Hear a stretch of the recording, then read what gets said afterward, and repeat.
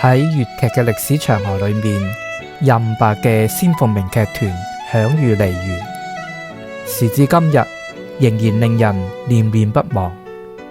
而佢哋發展上升時期嘅鴻運劇團卻甚少提及。今日就等我哋走進那段被時光隱藏嘅歲月，回望仙鳳鳴嘅前身鴻運劇團，嗰啲曾經照亮外埠粵劇舞台嘅年代。喺呢度非常感謝戲迷叔爺提供非常珍貴嘅1954年鴻運劇團第2次喺安南嘅演出場刊。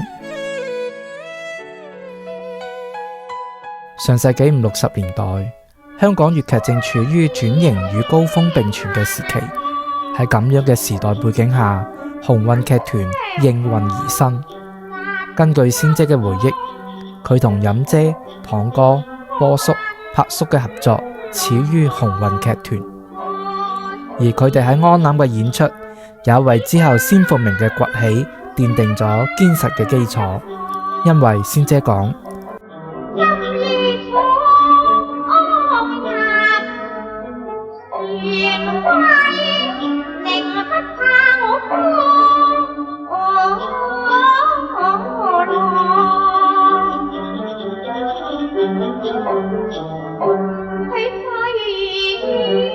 而鴻運劇團嘅宗旨已在演出場刊開篇第1頁有所提及。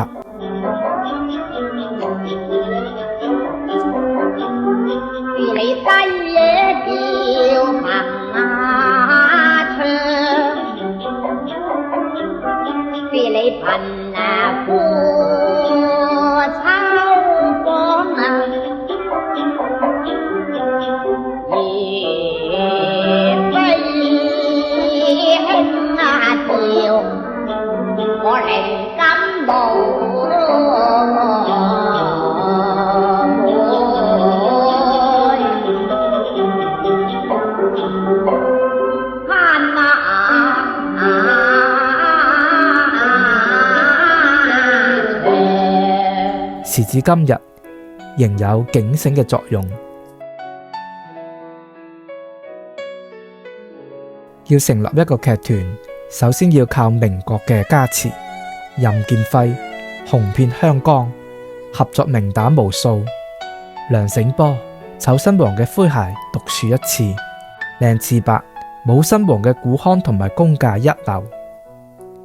而白雪仙仙姐當時啱喺第2花旦升做第1花旦，獲封嬌艷刁蠻王稱號，喺安南大放異彩，屬於奇蹟中嘅奇蹟。而因為任白波喺第1次安南演出時大受歡迎，先至有呢個第2次演出嘅機會。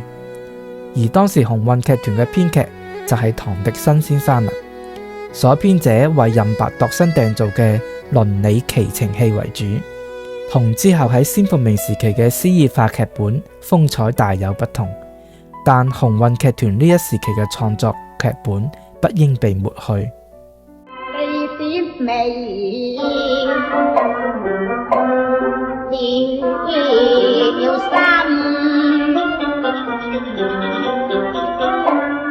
在你嘅離魂時候，你仲句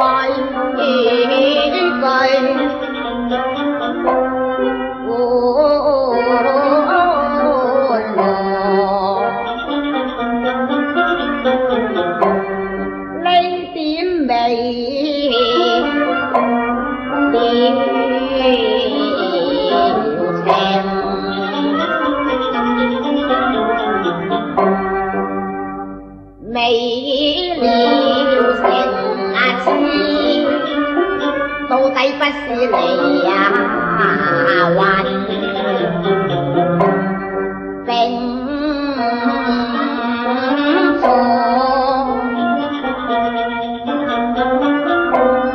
須知我亦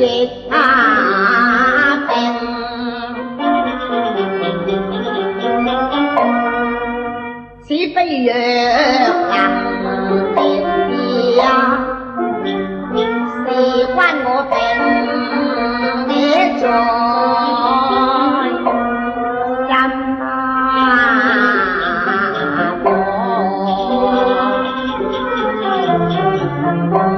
所謂道士春茶，